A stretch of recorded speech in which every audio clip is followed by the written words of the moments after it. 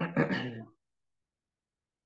Everyone, welcome to UPSC पे चर्चा with विशाल। तो जैसे कि आपको पता है, हमारा economics and CSAT free batch चल रहा है और आज हमारा इकोनॉमिक्स में लेक्चर नंबर 25 है, जिसके अंदर हम चैप्टर नंबर 12 रमेश सिंह को फॉलो कर रहे हैं।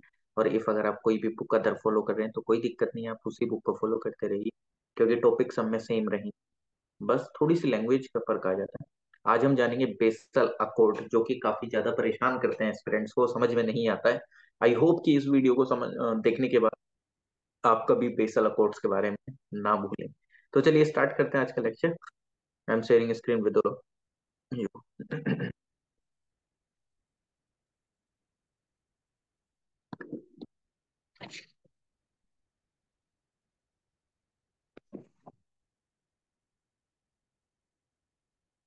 सप्तऋषि जी, स्क्रीन दिख रही है? सर अभी तो स्क्रीन नहीं आया सर। अभी स्क्रीन नहीं आया?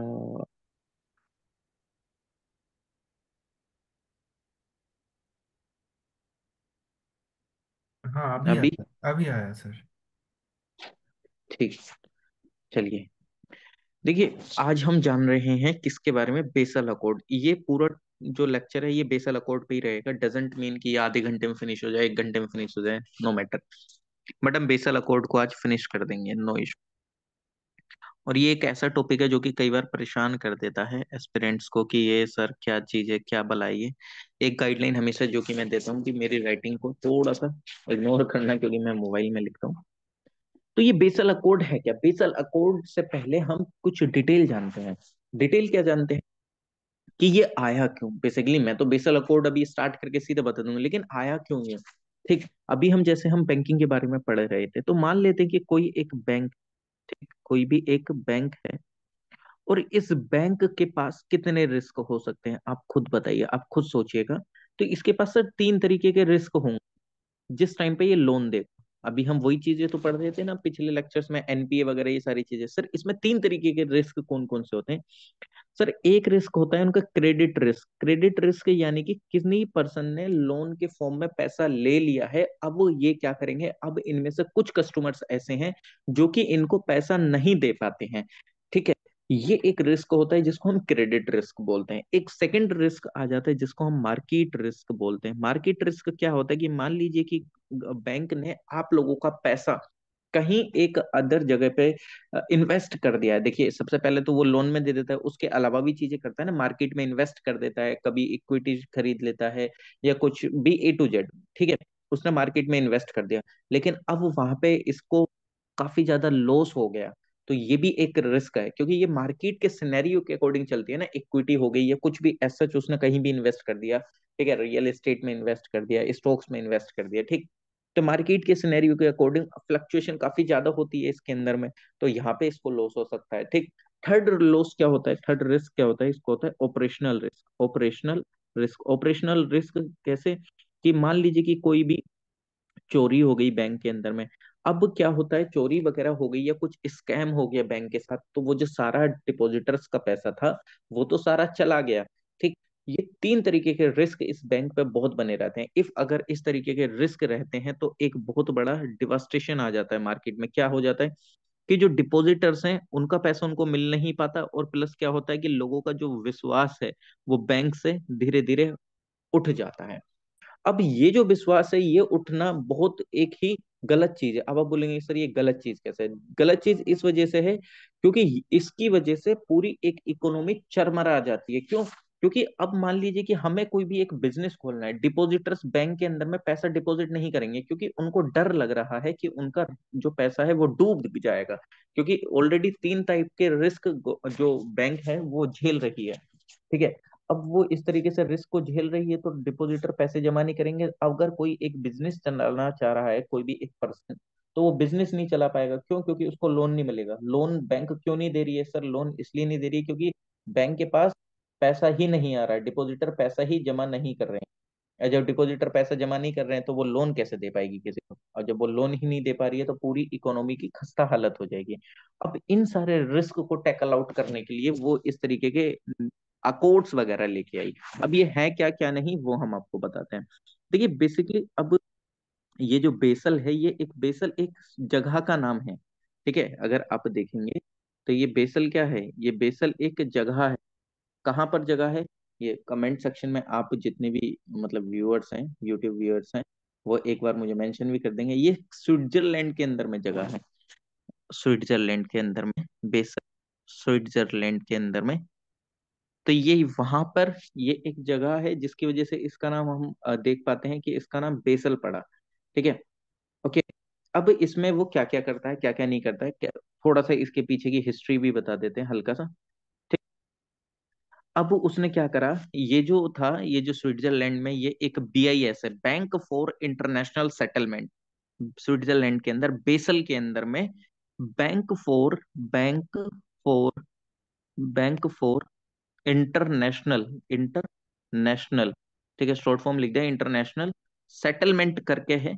अब ये क्या करता है, ये अलग अलग चीजों को टैकल आउट करता है। ठीक, बेसिकली ये तमाम तरीके की चीजें लेके आता है, लेकिन वन ऑफ द थिंग ये किस चीज के लिए लेके आया, ये लेके आया बेसल अकॉर्ड। यानी कि बेसल अकॉर्ड क्या, ये इसने एक मतलब इसकी एक कमेटी है जो कि बेसिकली इस रिस्क को टैकल आउट करने के लिए काम करती है।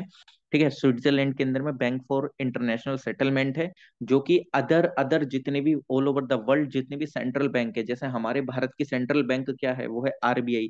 ठीक है, हर एक कंट्री की जो सेंट्रल बैंक है वो इससे कनेक्टेड रहती हैं चीजों को लेके कि किस तरीके से चीजें मतलब आगे हम लेके चल सकते हैं, किस जगह से नहीं। तो इसके अंदर एक कमेटी है जो कि सिर्फ रिस्क असेसमेंट करती है कि किस तरीके से हम अपना रिस्क को मैनेज करके लेके चल सकते हैं। तो इसकी एक कमेटी है Basel committee on banking supervision करके, Basel, Basel committee, Basel committee, Basel committee on banking supervision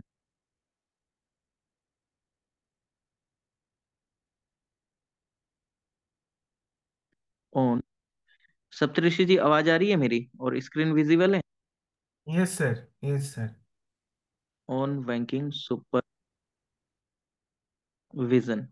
जो कि ये कब बनी थी, ये बनी थी 1974 के अंदर में, 1974 के अंदर में। ये G10 कंट्रीज के द्वारा बनाई गई थी, G10 कंट्रीज के द्वारा बनाई गई थी। ठीक है, G10 कंट्रीज की सेंट्रल बैंक गवर्नर जितने भी थे उनके, जस्ट लाइक जैसे हमारे RBI के गवर्नर हो गए, इस तरीके से। ठीक है, तो 1973 में बनी थी। इसने इन रिस्क को टैकल आउट करने के लिए ये चीजें बताई कि कैसे कैसे हम रिस्क को टैकल आउट कर सकते हैं। ठीक, तो इसने क्या चीज सजेस्ट करी कि देखो यार, मतलब जस्ट लाइक जैसे हम क्या करते हैं, कि मान लीजिए कि आप किसी एक बस के अंदर में ट्रेवल कर रहे हैं। ठीक है, बस के अंदर में आप ट्रेवल कर रहे हैं तो कई बार क्या रखते हैं आप कुछ पैसे अपने एक ऐसी जगह रख देते हैं कि अगर आपकी पॉकेट में, अगर आपकी पॉकेट कोई काट लेता है तो उसके बाद भी आपके पास इतने पैसे बचे रहें कि आप उन पैसे का इस्तेमाल करके अपने घर पे जा सकते हैं। ठीक है, घर पे आप पहुंच जाएं। ठीक, तो इस तरीके से ही कुछ करके इसने अपने बेसल अकॉर्ड निकाले, बेसल अकॉर्ड जो कि अलग अलग तरीके से। अब उसमें क्या बताया गया क्या नहीं बताया गया वो मैं आपको बताता हूँ। देखिए, सबसे पहले जो हम पढ़ेंगे वो पढ़ेंगे बेसल नॉर्म 1 के बारे में। ठीक, ये बेसिकली क्या है, इसने 3 तरीके के नॉर्म्स निकाले थे। ठीक, 3 तरीके के नॉर्म्स निकाले थे। बेसिकली वो क्या क्या थे, सबसे पहला है क्रेडिट रिस्क को टैकल आउट करने के लिए, क्रेडिट रिस्क को, क्रेडिट रिस्क को टैकल आउट करने के लिए। ठीक है, ये क्या निकाला, बेसल 1, बेसल 1 अकॉर्ड। यानी कि इसके अंदर में कुछ चीजें बताई, बेसल फर्स्ट, यानी कि जो जितनी बार आता रहेगा, जस्ट लाइक जैसे पुष्पा 1 आ गई, पुष्पा 2 आ गई, पुष्पा 3 आ जाएगी मूवी, इस तरीके से ऐसे ही बेसल 1 अकॉर्ड जो कि कब आए थे 1990, वो 1988 में। ठीक, ये बेसिकली ये किस चीज को टैकल आउट करने के लिए थे, ये क्रेडिट रिस्क को टैकल आउट करने के लिए थे। क्रेडिट रिस्क मैंने आपको बताया ना, 3 तरीके के रिस्क थे, credit risk, market risk, operational risk. अब क्रेडिट रिस्क में क्या होता है, मान लीजिए कि बैंक ने, ये एक बैंक है, ठीक है, इस बैंक ने लोन दिया काफी कस्टमर्स को। ठीक है, ये काफी कस्टमर्स को लोन दिया। ओके, अब क्या होता है कि सारे लोग इसका पैसा नहीं दे पाते हैं, कुछ लोग दे देते हैं और कुछ लोग नहीं देते हैं, कुछ लोग डिफॉल्टर निकल जाते हैं, कुछ लोग डिफॉल्टर निकल गए। अब यार बैंक ने क्या करा, बैंक का तो ऑपरेशन सिर्फ एक ही चीज से चल रहा है ना, कि बैंक इनको लोन दे रहा है और लोन इनके पास रिटर्न आना चाहिए, यही इसका एक इनकम सोर्स है। अब यही इनकम सोर्स इस तरीके से दिक्कत कर देगा तो काफी ज्यादा, मतलब बहुत डिफॉल्ट हो जाएगा बैंक में यार, क्योंकि बैंक ने इनको लोन दिया, लोन से इनको पैसा रिकवर नहीं हो पा रहा है। अब तो फिर अब यहाँ पे क्या हुआ, बैंकों को एक बोला गया कि आप एक एसेट कैटेगराइजेशन का, कि आप लोन देने से पहले रिस्क देखिए कि रिस्क किस लोन में कितना है। तो इन्होंने क्या करा, इन्होंने एक एसेट कैटेगराइजेशन करा। ठीक है, टाइप ऑफ लोन, इसको थोड़ा सा और छोटा कर लेते, ठीक है। यानी कि टाइप ऑफ लोन, किस टाइप का, देखो लोन भी कई टाइप के होते हैं, ठीक है, ऐसा नहीं है कि सब कोई टाइप। ओके, यहाँ पे रिस्क, जस्ट लाइक जैसे कोई एक पर्सनल लोन ले रहा है व्यक्ति, कोई एक कार लोन ले रहा है व्यक्ति, कोई एक होम लोन ले रहा है, कोई एक बिजनेस के लिए लोन ले रहा है, कोई कुछ भी ऐसे, लोन के बहुत सारे टाइप होते हैं। तो इन्होंने क्या करा कि आप एक काम करो, आप कैटेगराइजेशन करो। तो इन्होंने कैटेगरी बनाई, 5 category, category 1, category 2, category 3, category 4, category 5। यानी कि जो फर्स्ट कैटेगरी का लोन है उसमें 0% का रिस्क है। जो सेकंड कैटेगरी है उसके अंदर में उन्होंने कैटेगराइज करा है, इसमें 10% का रिस्क है। जो भी इन्होंने अपना असेसमेंट करा, जो थर्ड कैटेगरी की है उसमें 20% का रिस्क है। और जो 4% है, यानी कि जो कैटेगरी 4 है उसमें 50% का रिस्क है कि ये पैसा आ भी सकता है, नहीं भी आ सकता है। और जो फिफ्थ कैटेगरी है उसमें 100% का रिस्क है कि ये तो पैसा आएगा ही नहीं। ठीक, इन्होंने कैटेगराइजेशन करा अपना पूरा, मतलब डिटेल्ड स्टडी करके कि देखिए इस लोन में इतना रिस्क है। सेकंड कैटेगरी का लोन, मतलब मान लीजिए कि आप होम लोन दे रहे हैं उसमें 10% का रिस्क है, आप किसी को पर्सनल लोन दे रहे हैं उसमें 100% का रिस्क है। तो इन्होंने ऐसा कैटेगरी वाइज डिसाइड कर लिया। अब इस कैटेगरी वाइज को डिसाइड करने के बाद इन्होंने अब यहाँ पे एक ये रिस्क वेट एसेट निकालते हैं, कि मतलब अगर आप लोन दे रहे हैं तो लोन देने से पहले बैंक को अपने पास कितना पैसा रखना चाहिए। तो ये एक चीज कैलकुलेट करते हैं यहाँ से, RWA, RWA को बोलते हैं हम risk, risk weight, risk weighted asset, risk weighted asset, risk weighted asset बोलते हैं। ठीक है, रिस्क वेटेड एसेट। अब ये रिस्क वेटेड एसेट क्या है, बेसिकली इसको कैलकुलेट ऐसे करा जाता है। मान लीजिए कि आपने कोई एक अनसेक्योर्ड लोन दिया, ठीक है, अनसेक्योर्ड लोन दिया, अनसेक्योर्ड लोन, और एक सेक्योर्ड लोन दिया। अरे यार ये लिखा क्यों नहीं जा रहा है, अनसेक्योर्ड, अनसेक्योर्ड लोन दिया और एक सेक्योर्ड लोन दिया। अनसेक्योर्ड लोन दिया मान लीजिए कि आपने 1000 रुपीज का, और सेक्योर्ड लोन दिया आपने 4000 रुपीज का।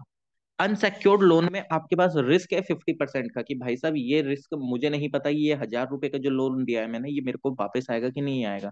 ठीक है, जस्ट लाइक जैसे आपने अपने फ्रेंड को पैसे दे दिए, तो उसमें 50% का रिस्क है। ठीक है, कि आ भी सकता है नहीं भी आ सकता है, 50-50 है। ठीक, एक आपने 4000 रुपीज ऐसे किसी एक पर्सन को दे दी जो कि आपका नोन है, बट आपने उसमें भी ये है कि भाई 10% का रिस्क है। देखो ये कैटेगरीज डिफाइंड है जो कि मैंने पीछे आपको बताई है, कि कैटेगरीज के अकॉर्डिंग ये रिस्क उन्होंने डिसाइड कर लिया। मान लीजिए अनसेक्योर्ड लोन जो ये 1000 रुपए का दिया 50% की कैटेगरी में आ रहा है, और जो सेक्योर्ड लोन है वो 10% की कैटेगरी में आ रहा है। अब क्या होगा कि अगर आप देखेंगे 1000 रुपीज का 50% यानी कि 500, यानी कि जो इस लोन के साथ रिस्क एसोसिएटेड है वो कितना है। देखिए सर, अनसेक्योर्ड के साथ 500 और सेक्योर्ड लोन के साथ कितना हो जाएगा, 400। तो यानी कि टोटल जो रिस्क है वो कितना है, वो सर 900 रुपीज का रिस्क है लोन देने में। ठीक है, तो लोन देने में जो रिस्क है वो 900 रुपीज का रिस्क है। तो यानी कि इतना आपको लोन देने से पहले अपने पास पैसा रखना चाहिए। ठीक है, इतना पैसा आपको अपने पास रखना चाहिए। ये किसने बोला, ये बेसल 1 ने बोला, RWA ने। तो अब इसका कुछ परसेंट डिसाइड कर दिया गया। ठीक है, क्या परसेंट डिसाइड कर दिया गया, बेसल 1 ने बोला कि जो भी आप अपना पैसा दे रहे हैं, ठीक है, उसका कम से कम कितना होना चाहिए, आप 8% अपने पास रखेंगे लोन देने से पहले। जो भी अमाउंट का आप लोन दे रहे हैं उसी को ही हमने क्या बोला, CAR, capital adequacy ratio. Basel 1 ने बताया कि इसको आपको 8% रखना है। ठीक है, 8% रखना है, ये 1988 में बताया गया बेसल 1 के अकॉर्डिंग। ठीक है, अब हमने क्या करा, इंडिया ने बेसल 1 को अडॉप्ट कब करा, इंडिया ने इस चीज को अपनाया कब, इंडिया ने अपनाया इस चीज को 1999 में।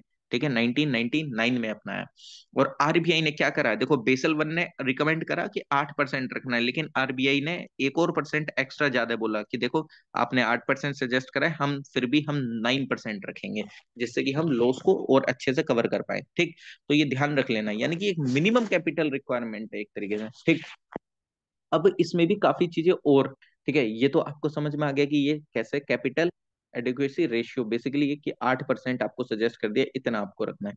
अब इसके बाद क्या करा इन्होंने, मिनिमम कैपिटल कितनी रखनी चाहिए वो इन्होंने टू पार्ट्स में डिसाइड करी, ठीक है, कि एक है टीयर वन कैपिटल, एक है tier two capital. Tier one यानी कि it can absorb losses without banking stopping its functioning, it can absorb loss. Tier two capital it can absorb losses in the event of a winding up. मतलब basically कुल मिला के इन्होंने Capitals को दो भागों में डिसाइड करा। एक है tier one capital, tier one capital, tier one capital, एक है आपकी tier two capital, tier two capital. ठीक। अब ये बेसिकली क्या है, देखिए ये इस तरीके से फंक्शनिंग करता है, इस तरीके से फंक्शनिंग करता है। मान लीजिए कि ये कोई भी एक आपके पास कार है, ठीक है।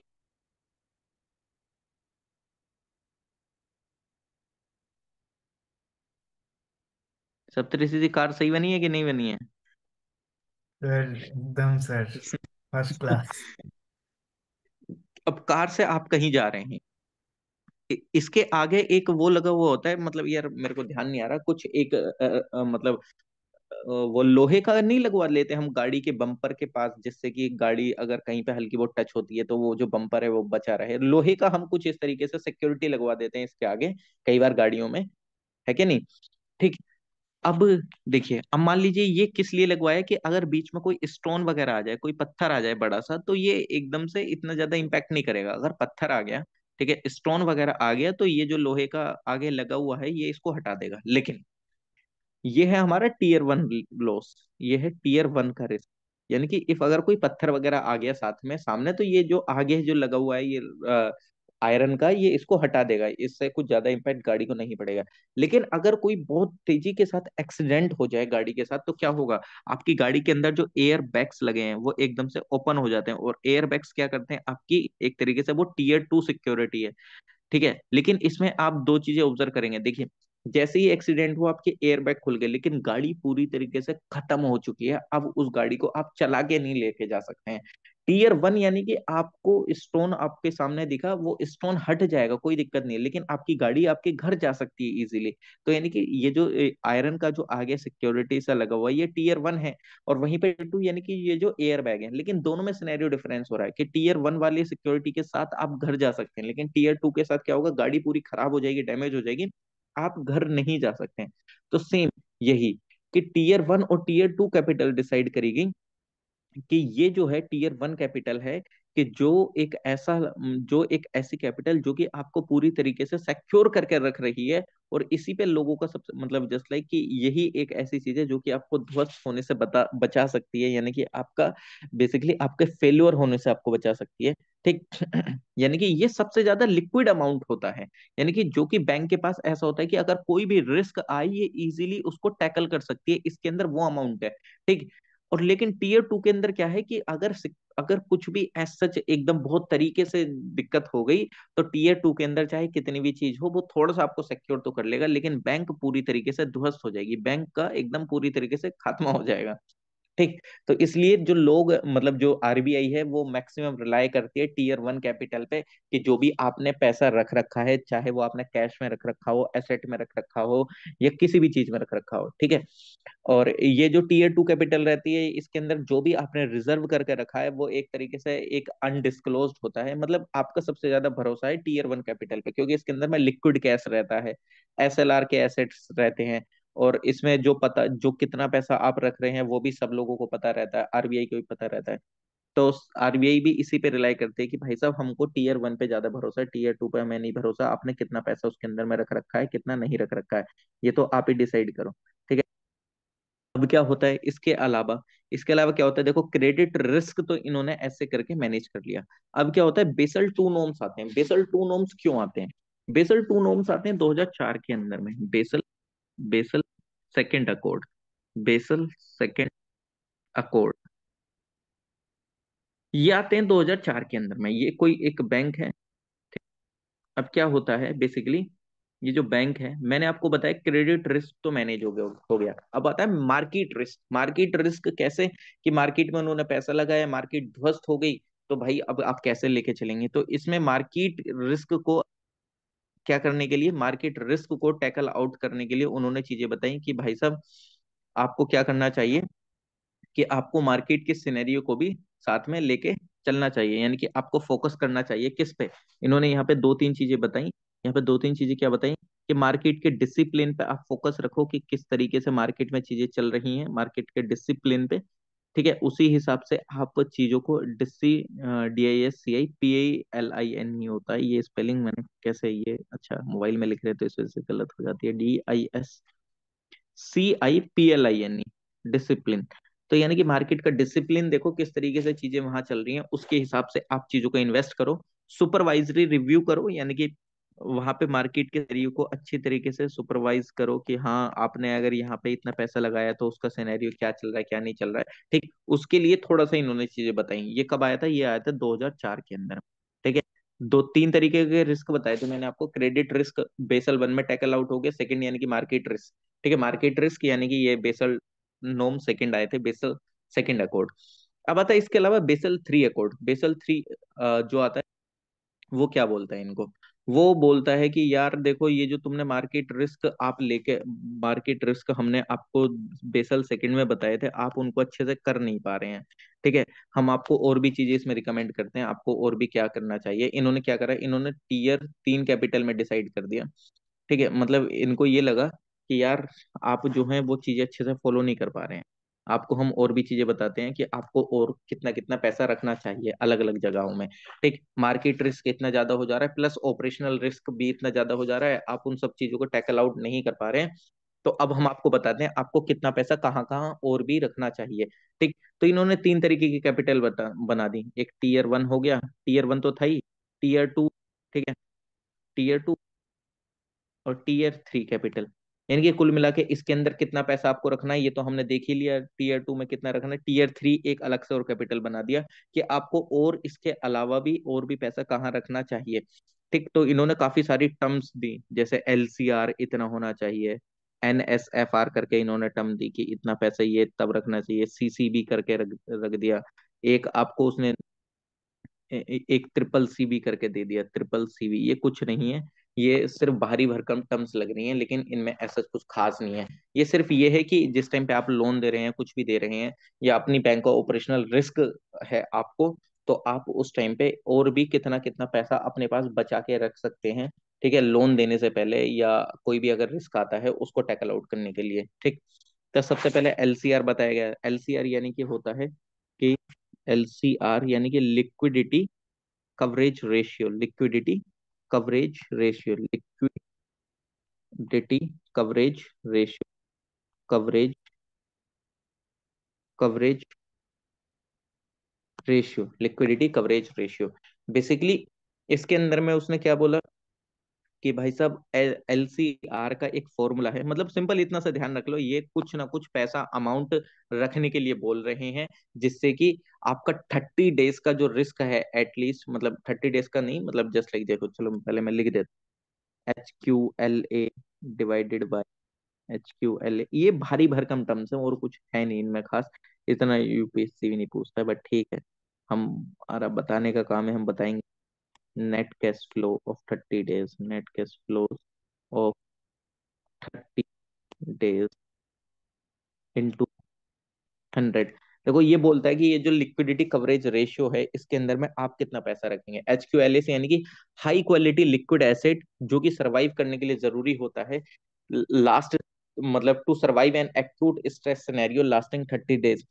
यानी कि एक ऐसा लिक्विड एसिड जो कि आपके पास रखा हुआ है जिससे कि आप इजीली अपना रिस्क कवर कर सकते हैं, वो 30 डेज का आपके पास कितना स्टॉक है, डिवाइडेड बाय कि कितना आपने कैश पैसा दिया है पिछले लगभग 30 डेज में, और इंटू 100 जो भी पैसा निकल के आएगा आप उसको अपने लिक्विडिटी कवरेज रेशियो में रख लेना, आपको वो हेल्प कर देगा। ठीक, मतलब कुछ नहीं है, ये सिंपल इतना बोला गया है कि इतने इतने पैसे आपको स्टॉक करके रखना है, मतलब जस्ट लाइक जैसे आपको मैं बोल दूं आप अपनी गुल्लक में इतने पैसे रख लेना, आप इतना पैसा आप अपनी पॉकेट में रख लेना, इतना पैसा आप अपने बैग में रख लेना, जब भी कोई दिक्कत आए तो तब आप इजीली टैकल कर पाओ। ठीक, ये एज सच में कुछ है नहीं ज्यादा चीजें। ओके, ठीक, मतलब एज सच कुछ ज्यादा वो नहीं है कि हाँ कुछ ज्यादा बड़ी चीजें हैं, बस सिंपल ये है कि आपको ये बता रहा है कि हाँ इतना इतना पैसा रख लेना, ताकि आप अपना पैसा सिक्योर करके, मतलब ताकि आप अपना पैसा चीजों को एक बेहतर वे में लेके चल पाए। एक आता है नेट स्टेबिलिटी फंडिंग रेशियो, इन्होंने बताया बेसल 3 के अंदर ही नेट स्टेबिलिटी फंडिंग रेशियो की आप अलग से अपना पैसा रख सकते हैं। Net stability stable net stability बोल रहा हूँ, नेट स्टेबल फंडिंग रेशियो, कि आपको स्टेबल रहने के लिए कितना पैसा चाहिए होता है। ठीक है, net stable funding ratio, net stable funding ratio यानी कि reliable source of finance which can fund bank activities for medium term Reliance, यानी कि इतना पैसा रखो कि अगर आपको बीच में कोई दिक्कत आ जाती है थोड़ा बहुत, वो बैंक के सिनेरियो के अकॉर्डिंग, कि आप अपना जो मिडिल में कोई दिक्कत आ गई, रिस्क वगैरह आ गया, कुछ भी कोई दिक्कत आ गई ऑपरेशन वगैरह में, तो उतना पैसे से आप उस चीज को टैकल आउट कर पाओ। ठीक, इस तरीके से एक और टर्म बता दी काउंटर। देखो इन पे इतना ज्यादा फोकस रखने की जरूरत भी नहीं है, बट हाँ ठीक है, कोई दिक्कत नहीं है। जो चीज मैंने पहले बताई ना उस पर ज्यादा फोकस रखना है, इसमें इन्होंने कुछ नहीं है, बस पैसा कहाँ कहाँ कितना रखना है वो चीज बताया है। एक ट्रिपल सी भी करके बताया, काउंटर साइक्लिकल कैपिटल बफर।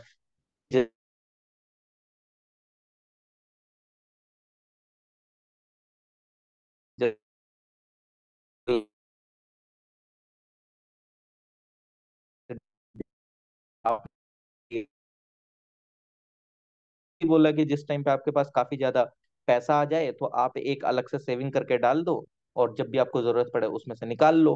ठीक, तो वो क्या है, काउंटर साइक्लिकल कैपिटल बफर, ये साइकिल है ना एक पूरी तरीके से, पैसा जब आया डाल दिया, जरूरत पड़ी निकाल दिया, सिंपल वही चीज है ये, और कुछ नहीं है। ठीक, तो ये था आपका टोटल पूरे तरीके से बेसल अकॉर्ड। बेसल 3 मैंने शायद ईयर नहीं लिखा था, बेसल 3 का ईयर लिख देता हूँ, ये 2010 में आया था। ठीक, ये जो बेसल 3 है ये 2010 में आया था। ठीक, तो इतना ध्यान रखना। आई होप कि आप लोगों को ये समझ में आया होगा, और प्लीज इसको, अगर मतलब अगर आप देखें तो इसको दोबारा भी देख लेना अगर एक बार नहीं समझ में आया तो। इस लेक्चर में मैं सिंपल इसी को ही टैकल आउट करने वाला था, बेसल अकॉर्ड को।